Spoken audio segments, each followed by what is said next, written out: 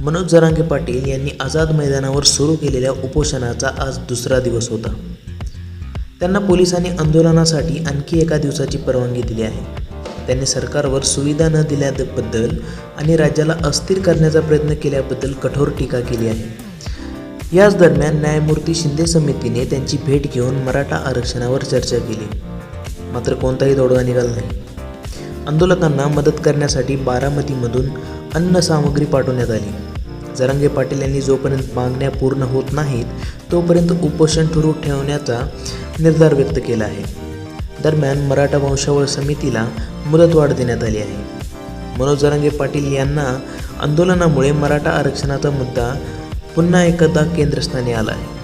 सरकारसोबत चर्चा सुरू असली तरी उपोषण सुरू ठेवण्याच्या त्यांच्या भूमिकेमुळे हा प्रश्न अद्यापही प्रलंबित आहे.